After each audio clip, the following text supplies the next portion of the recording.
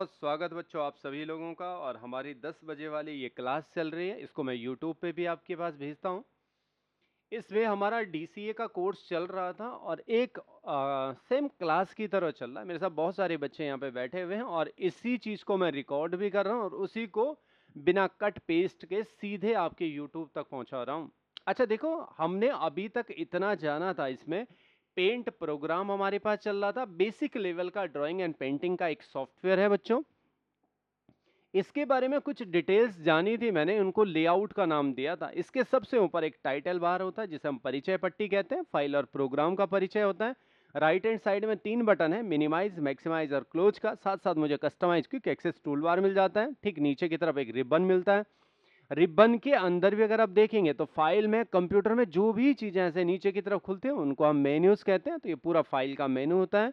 ये होम का पूरा टैब हो जाता है और इसको बहुत सारे सेक्शनों में कैटेगराइज करा गया है, जिनमें से हमने क्लिपबोर्ड देखा, इमेज के बारे में है, टूल्स हैं, शेप्स हैं, कलर है। अच्छा, जैसे हम पढ़ना शुरू कर रहे थे तो शुरुआती दौर में मुझे सिर्फ टूल्स के बारे में अभी बताया गया था, जो पहले दिन की हमारी क्लास हुई थी। इसमें यह पता चला था कि पहला टूल्स हमारा पेंसिल है।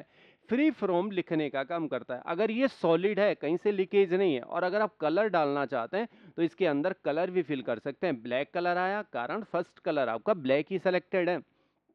टेक्स्ट लिखना है तो आप टेक्स्ट पे क्लिक करते हैं और किसी भी प्रकार का कोई टेक्स्ट लिखना चाहते हैं तो यहाँ से आप टेक्स्ट भी लिख सकते हैं। मिटाना है तो इरेजर का आपका इस्तेमाल करना सिखाया गया था। इसको बड़ा छोटा कैसे करते हैं उसके बारे में भी पता चला।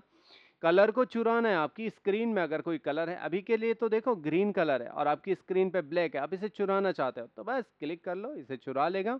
मैग्नीफायर जूम है, आप किसी पैमाने को बड़ा देखना चाहते हैं तो बड़ा भी कर सकते हो। देखो यहाँ से ना ये जूम बढ़ता जाता है और अधिक से अधिक ये 800% जाता है। पर हमेशा याद रखना, हमेशा हमें 100% जूम में रह के काम करना होता है। तो ये थोड़ा बेसिक बुनियादी बातें पहले की क्लास की थी, यानी आपका हल्का फुल्का रिवीजन था। आज इसी क्रम को थोड़ा आगे बढ़ाते हुए कुछ ब्रशेस पे बात कर लेते हैं। वेलकम बेटा।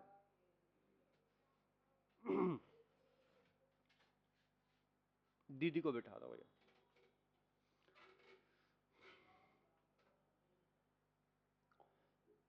अब यहाँ पे हमारे पास सबसे पहले ये टूल्स तो खत्म हो गए, थोड़ा आगे बढ़ता हूँ तो ब्रशेस मेरे पास आता है। ये कहता है मेरे पास 9 प्रकार के ब्रश हैं। अच्छा, 4 ऊपर हैं, 4 थोड़ा और नीचे और एक सबसे नीचे।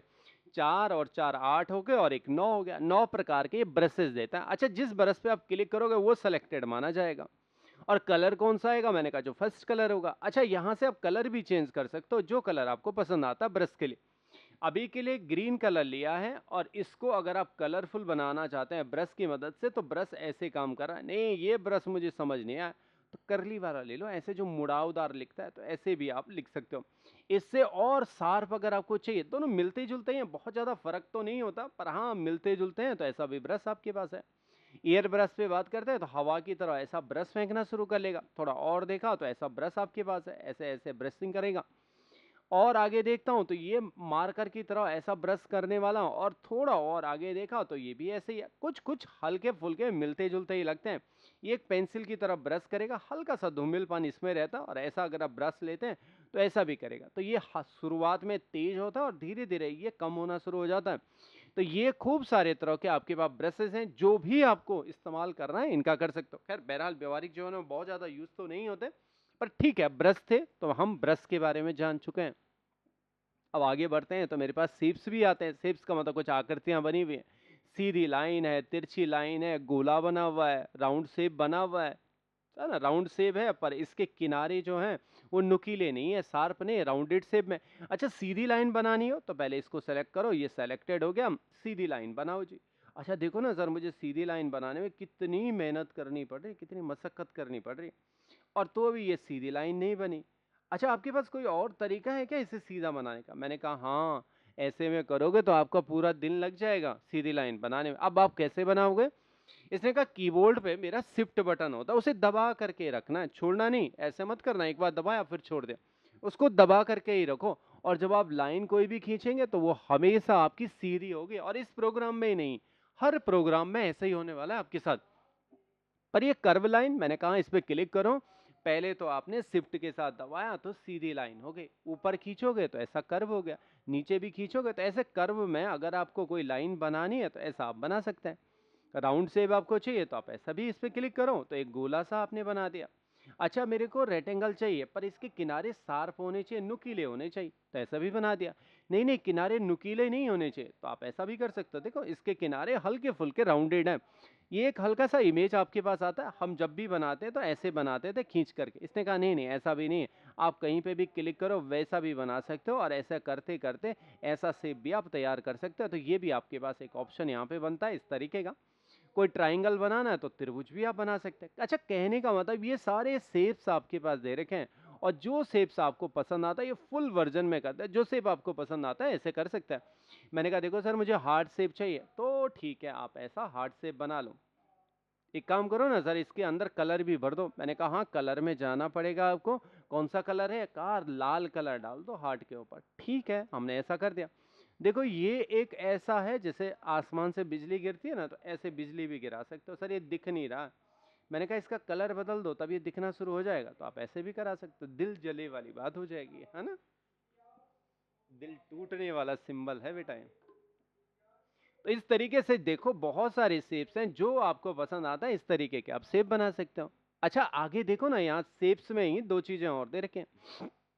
एक तो आउटलाइन दे रखा और दूसरा फिल का ऑप्शन मुझे दिखाई देता है। आउटलाइन हुआ जो ये शेप्स आपकी बनी हुई इसके बाहर की लाइन। अच्छा फिल का मतलब मैंने कहा जो इसके अंदर आप कलर डालते हो ना, तो ये फिल हो गया, एक बाहर की लाइन और एक फिल का। अच्छा इनका इस्तेमाल मैंने कहा ये थोड़ा आपको कुछ इफेक्ट देने का काम करते हैं। अच्छा देखो मैं एक ट्राइंगल यहाँ पे बना रहा हूँ और ये मेरी अभी के लिए इसकी आउट शेप है यानी आउटलाइन है। आप इसको कैसे देखना चाहते हैं, क्लिक करो। नो करेंगे तो कोई कलर भी डाला होगा तो कलर नहीं दिखेगा, सॉलिड में पूरा कलर आएगा। क्रियोन है थोड़ा सा हल्का अंतर आया, मार्कर हो गया, ऑयली हो गया, नेचुरल पेंसिल ये दे रहा है, वाटर कलर दे रहा है, तो इसकी आउटलाइन में आपको हल्का फुल्का अंतर दिखाई दे रहा होगा। सॉलिड करेंगे तो पूरा आएगा, क्रियोन में देखो थोड़ा हल्का कम आ गया।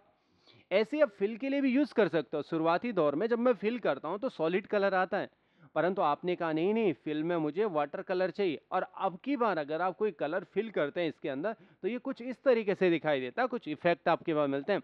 तो ये दोनों कुछ इफेक्ट उसने दे रखे हैं, अपने अनुसार आप ऐसा काम कर सकते हो।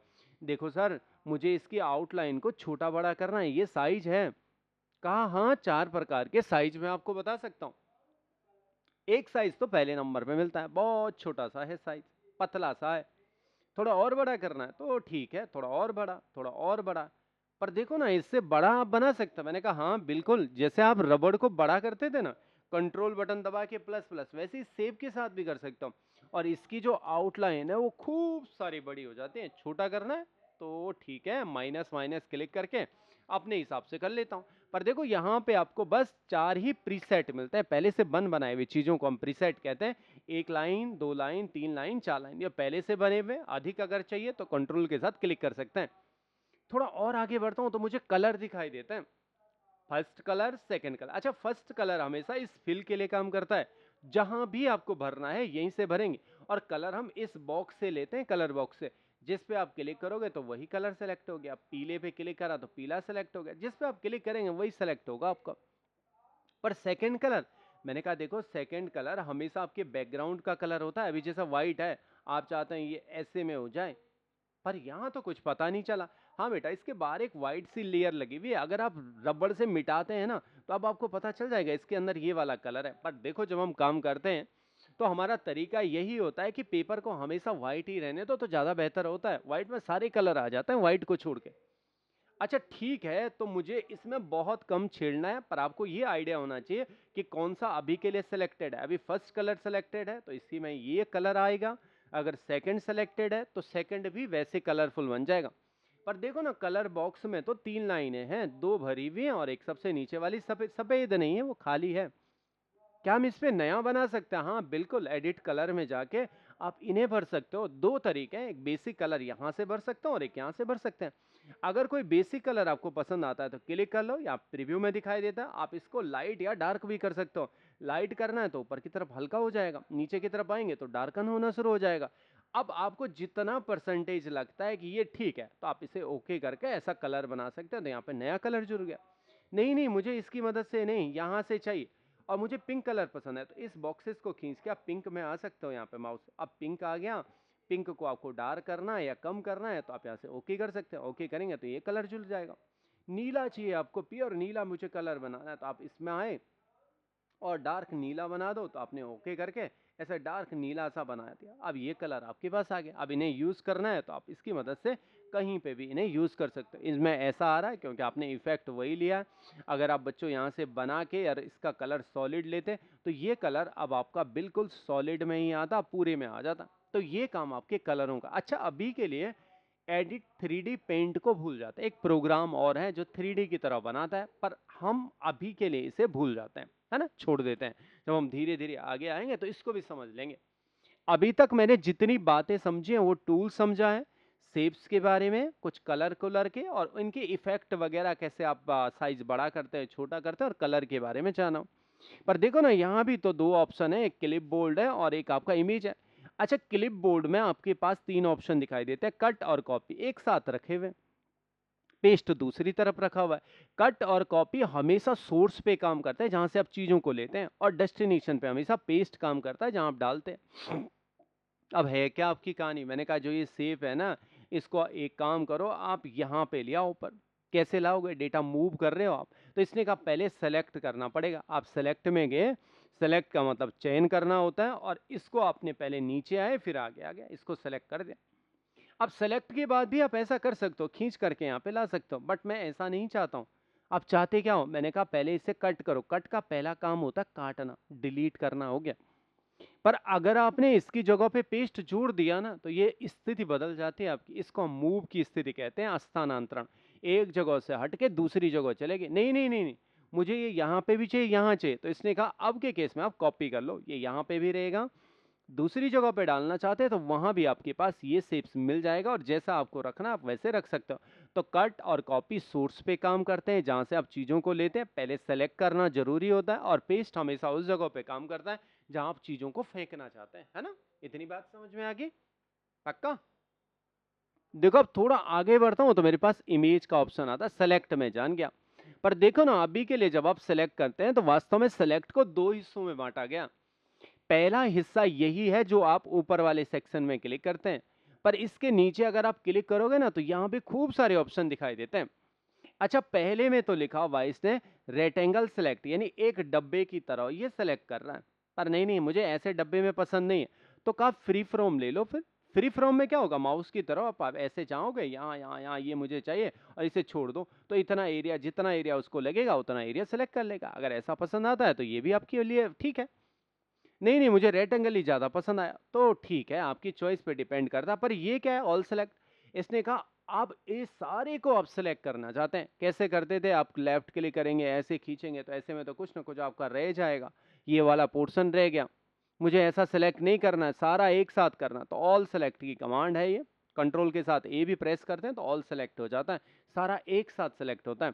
अब एक साथ सेलेक्ट करके आप बहुत सारे टास्क कर सकते हो, डिलीट करना है, कुछ और करना है, बहुत सारे काम है। अच्छा, मैं अक्सर ऐसे ही कर रहा हूँ, कंट्रोल के साथ ऑल्ट करके डिलीट कर रहा हूँ, सारा डिलीट हो रहा है। अच्छा देखो, इसके साथ साथ एक इन्वर्स सेलेक्ट भी। देखो अभी के लिए क्या है कि मैं कुछ शेप्स यहाँ पे तैयार कर लेता हूँ, कुछ आकृति बना ले, इसके अंदर ऐसा कलर डाल दिया, यहाँ से क्लिक करा, ऐसा कलर बना दिया, कुछ और आकृति भी बना दी, इसके अंदर भी एक रेड कलर ले आता हूँ और ऐसा फिल कर दिया। अब देखो, मैंने अभी के लिए इसे सेलेक्ट करा है, ठीक है। अब जो भी मैं काम करूंगा तो इसमें ही होने वाला है। अगर मैंने डिलीट कर दिया तो यही डिलीट होने वाला है, बाकी नहीं होंगे डिलीट, है ना, ऐसे ही तो होता है। मैंने डिलीट कर दिया तो यही डिलीट हुआ। पर मैं क्या चाह रहा हूं, मैंने कहा ये मैंने सेलेक्ट कर रखा है, ये ना हो डिलीट, इसके पीछे वाला सेलेक्ट हो जाए, उसको हम इन्वर्ट सेलेक्ट कहते हैं। देखो, इन्वर्ट सेलेक्ट, ओके करेंगे तो ये सेलेक्ट नहीं, पीछे वाला सेलेक्ट हो गया। अब देखो, जब आप डिलीट करेंगे ना तो वो डिलीट नहीं हुआ, उसका पीछे वाला डिलीट हो गया। तो आशा है ये बात भी तुम्हारी समझ में आ गई होगी। डिलीट का मतलब डिलीट करना ही है, मैंने पहले बता दिया। आपने इसे सेलेक्ट करा, आप चाहते हैं ये डिलीट हो जाए, तो आप यहाँ से क्लिक करके डिलीट भी कर सकते हो, और कीबोर्ड में भी आपके पास डिलीट बटन होता है, उसकी मदद से भी आप चीज़ों को डिलीट कर सकते हो। ये क्या है, ट्रांसपेरेंट सेलेक्ट। मैंने कहा देखो, अब जब कभी आप किसी शेप्स को सिलेक्ट करते हो, देखो सपोज के लिए मैंने इसे सिलेक्ट कर दिया, अब मैं इसको इसके अंदर ले आता हूं यहाँ पे, तो तो इसके साथ इसका बैकग्राउंड भी आता है पीछे वाला। नहीं नहीं, ये मुझे बिल्कुल नहीं चाहिए। तो इसने कहा अब आप यहाँ पे इन्वर्ट ट्रांसपेरेंट सेलेक्ट कर लो। अब ट्रांसपेरेंट से इसके साथ इसका बैकग्राउंड नहीं आता और इस तरीके से आपका काम बन जाता है। ओ, ये तो बड़ा अच्छा था, मेरे को सारी चीजें पता चल गई। देखो कभी कभी क्या होता है कि हम कुछ काम कर रहे होते हैं स्क्रीन में और बहुत सारे शेप्स मेरे पास बने होते हैं, कहीं पे स्टार बना रखा है, कहीं पे बादल वाला, ये बोलने वाला। अच्छा, आपने जब कार्टून देखे होंगे तो उनमें ये चीजें आपको जरूर दिखी होंगी। इसने कहा इनमें देखो मुझे सिर्फ यही शेप चाहिए, बाकी नहीं चाहिए। तो सिलेक्ट करना पड़ेगा आपको। आपने ये सारा सिलेक्ट करा और यहाँ से क्रॉप कर दिया तो ये सारा हट जाता है और वही पिक्चर आपके पास बच जाते हैं। अभी के लिए मैं इसे अंडू कर रहा हूँ, कंट्रोल के साथ जेड, मेरे पास सारा आ जाएगा। पर देखो इतने के बावजूद भी हमें साइज रिड्यूस करना पड़ता है, कम ज्यादा करना पड़ता है। अभी देखो ये 100% में है और इसका जो साइज है वो 1319 गुणा के 512 पिक्सल है, यानी यहां से लेकर यहां तक जो ये साइज है 1319 पिक्सल है और ऊपर से लेकर नीचे तक 512 पिक्सल है। सर इसे छोटा कर दो, आधा कर दो। मैंने कहा तो फिर तो इसको भी 2 से भाग देना पड़ेगा और इसको भी 2 से भाग देना पड़ेगा, तभी तो आधा आता है ना। 2 से करेंगे तब आधा हो जाएगा। इसमें तो बड़ी कैलकुलेशन आपको करनी पड़ेगी। नहीं ना, इतना करने की जरूरत नहीं। रिसाइज में जाओ, रिसाइज आपको 2 तरीके बताता है। एक लिखा है रिसाइज बाय परसेंटेज और दूसरा पिक्सल से। अगर आप परसेंटेज चाहते हो तो अभी 100% में वो 50 करेंगे, इसके आगे आप टाइप करेंगे 50 तो ये आधा हो जाएगा। तो देखो मैंने तो हॉरिजेंटली करा, वर्टिकली अपने आप हो गया। हॉरिजेंटली ऐसे चौड़ाई में होता है और वर्टिकली ऊपर से नीचे होता है। पर सर ये अपने आप कैसे हो रहा है, आप 75 कर रहे हैं तो नीचे भी। मैंने कहा हाँ, कारण क्या है, मेंटेन एक्सपेक्ट रेशियो ऑन है। ये मेंटेन करके चलता है, व्यवस्थित करके चलता है आपके रेशियो को, अनुपात को। अगर आप इसे हटा दोगे ना तो आप ऊपर वाले में चाहते हो मुझे 50% आ जाए और वर्टिकली मुझे 75%, तो हाँ अलग अलग काम करेंगे। पर देखो जितने भी ऑपरेटर अच्छे होते हैं वो हमेशा मेंटेन एक्सपेक्ट रेशियो ऑन करके ही काम करते हैं। मैंने कहा आधा बना दो, अभी मुझे ज्यादा बहस में नहीं पड़ना। ओके कर दिया तो आपकी फोटो आधी हो गई। अच्छा, अगर इससे भी आधा करना है, मैंने कहा अब ये वास्तव में 100% हो गया।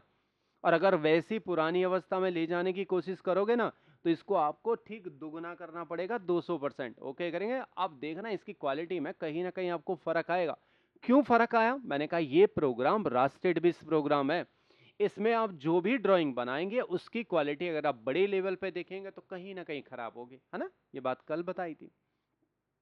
अच्छा ठीक है, ये मेरी समझ में आ गया। पर पिक्सल्स में मैंने कहा याद करने पड़ेंगे आपको, कितना पिक्सल्स है, 1320 है, आधा करना है तो 1300 का आपको आधा करना पड़ेगा, 512 का आपको आधा करना पड़ेगा, तब जाके काम होगा। अच्छा ठीक है, अब मेरे हिसाब से अभी परसेंटेज ज्यादा बेहतर काम निकला। पर इसकी अब डिग्री क्या है?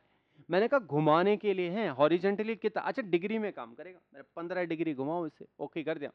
तो ये सारा आपका 15, नहीं नहीं नहीं ऐसा नहीं घुमाना सर, वर्टिकली में देखना चाहते हो तो ठीक है, रिसाइज में जाके वर्टिकली में 15 डिग्री घुमाओ।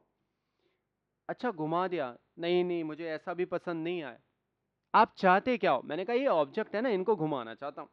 तो कहा एक काम करो, पहले एक ट्राइंगल बना लो अभी के लिए, कलर ब्लैक मुझे ज्यादा पसंद आएगा। सर इसको घुमा दो। इसने कहा पहले इसे सेलेक्ट कर लो। मैंने इसे सेलेक्ट कर दिया। अब मैं इसे घुमाना चाहता हूँ तो रोटेशन के ऑप्शन है आपके पास, रोटेशन में क्लिक करा, राइट साइड में 90, इसका राइट साइड ये वाला हो जाएगा, लेफ्ट पुरानी अवस्था में हो जाएगा, 180 डिग्री ठीक उल्टा हो जाएगा। अच्छा मैंने कहा 90 डिग्री घुमा दो, तो ये 90 डिग्री में ऐसे घूम के आ गया आपके पास। नहीं नहीं नहीं, उल्टी, पहले जैसा था वैसे ही करो। तो लेफ्ट में ले जाओ तो पहले जैसा हो गया। नहीं नहीं सर एक काम करो ना, इसको ठीक उल्टा कर दो, तो ठीक उल्टा 180 डिग्री में हो गया। अच्छा वर्टिकली करो तो वर्टिकली ऐसा होगा। अच्छा हॉरिजेंटली यही पलट के ऐसा हो जाएगा, है ना। 2D में बहुत ज्यादा पता आपको नहीं चलेगा पर ये पलट जाता है ऐसा। तो इस तरीके से आप ऐसा काम कर सकते हो। अब मैंने कहा इनकी मदद से, जितने टूल्स आपको अभी पता चले ना, इनकी मदद से अब बनाना आपको प्रैक्टिकल, जो काम आपको करके देना। और जब भी मैं पढ़ाता हूँ तो साथ में हमेशा एक प्रैक्टिकल आपको जरूर देता हूँ। उससे मुझे भी पता चल जाता है कि तुम्हें आ गया नहीं आया। अब देखो सबसे पहले मैंने यहाँ पे काम, अच्छा इसको ध्यान से देखना। सबसे पहले मैंने एक ट्राइंगल बनाया, त्रिभुज, छोटा बनाने की कोशिश करता हूँ, त्रिभुज बना दिया। अब इसी को मैंने, ये सारे टूल्स यूज करने, सेलेक्ट कर दिया, यहां से लेकर यहां तक इसे सेलेक्ट कर दिया। अब मैंने इसी की कॉपी करी और पेस्ट करा दिया, डबल कॉपी बन गई। इस कॉपी को मैं रोटेट करना चाहता हूं ठीक 180 डिग्री में, ठीक है, पर इसके साथ बैकग्राउंड। अच्छा शुरुआती दौर में आपके पास ये बैकग्राउंड चलेगा इसके साथ ऐसा, तो आपको करना क्या है, यहां से बैकग्राउंड रिमूव करना है। तो अब आपने ऐसा एक शेप बना दिया, ठीक है। अब और क्या करना है, मैंने कहा टेक्स्ट टूल लो, कहीं पे क्लिक कर दो, सीधा चाहिए तो इसको हटा दो, बड़ा लग रहा है तो छोटा भी कर सकते हो, यहाँ पे साइज मैंने कहा 20 तक कर दो। अब यहाँ लिखना शुरू कर दिया 1, स्पेस खूब सारा दे रहा हूँ मैं, 2 3 4 5 6 7। अच्छा, इनमें एक चीज है, अगर ये फ़ॉन्ट आपको पसंद नहीं आ रहा है तो आप यहाँ से फ़ॉन्ट चेंज भी कर सकते हो। देखो मुझे यहाँ पे जो फ़ॉन्ट पसंद आता है वो है टाइम्स न्यू रोमन, एंटर करा तो आपने टाइम्स न्यू रोमन और इसे बोल्ड भी कर देता हूँ। अब मुझे यही पकड़ के इनमें लगाने, तो इसने कहा सेलेक्ट करो। अच्छा, जब हम छोटा सा सेलेक्ट करते हैं ना बच्चों, तब ये मूव टूल नहीं आता कभी कभी, तो बच्चे बड़े परेशान हो जाते हैं। तो मैं कहता हूँ इसको थोड़ा सा बड़ा ही कर दो तो ज़्यादा बेहतर है, आपके पास मूव टूल आ जाएगा और इसको खींच के लगा दो, यहाँ पे कहीं पे भी लगा सकते हो, ज़्यादा स्पेस लेना जिससे आपको दिक्कत ना आ जाए, ऐसे और ऐसे करके आपने ये सारे बना देने हैं और बहुत सुंदर सी आकृति। इससे बस होगा क्या, माउस पे आपका हाथ सेट होगा। मुझे आपको कोई ड्राइंग एंड पेंटिंग नहीं सिखानी है कि ऐसा किया कि सर तो हमें ड्राइंग सिखा रहे हैं, नहीं नहीं, बिल्कुल भी नहीं। आपका माउस पे हाथ सेट करना है बच्चों, माउस का जो मूवमेंट है वो ठीक हो जाए, बस हाथ तो नहीं आया, कोई बात नहीं, मैं फिर से बना सकता हूँ। 7 क्लिक करा, बीच में वो खाली छूट गया, सेलेक्ट लिया और इसको भी पकड़ के इसके बीच में लगा दिया। अब तो बन गया हमारा काम। अब सर मैंने कहा इसी को फिर से सेलेक्ट कर लो। अच्छा ठीक है, पर आप करना क्या चाहते हैं, मैंने कहा फिर से कॉपी करो और पेस्ट करा दो, इसी के एक डुप्लीकेट कॉपी यहाँ लगा दो, फिर से पेस्ट करा लो, बार बार कॉपी करने की जरूरत नहीं होती, एक बार कॉपी कर लिया तो हो गया जी आपका काम। अब फिर से टेक्स्ट टूल लिया और किसी खाली जगह पे शिफ्ट के साथ 9 दबाए, उससे ब्रैकेट लगता है, और शिफ्ट दबाए रखा तो कैपिटल लेटर में ए लिख दिया। फिर यहाँ पे मैंने एक रीजनिंग का सा सवाल बना रहा हूँ और यहाँ लिख दिया सी। थोड़ा सा इसको इस साइड पे ले आता हूँ तो मुझे पकड़ने में दिक्कत नहीं होगी। अब यहीं से फिर सेलेक्ट टूल लिया सेलेक्ट टूल में क्लिक करा और पहले मैंने सी को पकड़ा और सी को इसके नीचे लगा दिया, ठीक है। बी को पकड़ा और बी को भी इसके नीचे लगा दिया, ए की बारी आई, ए को भी पकड़ा और इसके नीचे लगा दिया। अब देखो इस सेब में ना बहुत अनयूजेबल स्पेस है, बहुत सारी जगह खाली है, तो इसने कहा बस कितना आपको चाहिए, मैंने कहा इतना, यहाँ से लेकर यहीं तक मुझे चाहिए, तो ठीक है इतना सेलेक्ट करो और इसके बाद आप क्रॉप कर लो, बस इतनी इमेज आपके पास आएगी। अच्छा आपको अच्छा और लगता है तो आप इसमें कलर दे सकते हो, लाइट कलर लेना, इसके अंदर आपने ये लाइट कलर दे दिया, इसके अंदर आपने ये वाला कलर दे दिया और इसके अंदर ये कलर दे दिया। इस तरीके से आप एक शेप बनाएंगे। तो ये था बच्चों आज आपका वीडियो का अंत। कल लास्ट क्लास होने वाली है पेंट की, उसके बाद हम किसी और प्रोग्राम में जाएंगे जो आपके टेक्स्ट एडिटिंग के प्रोग्राम होंगे। बहुत बहुत धन्यवाद आपका।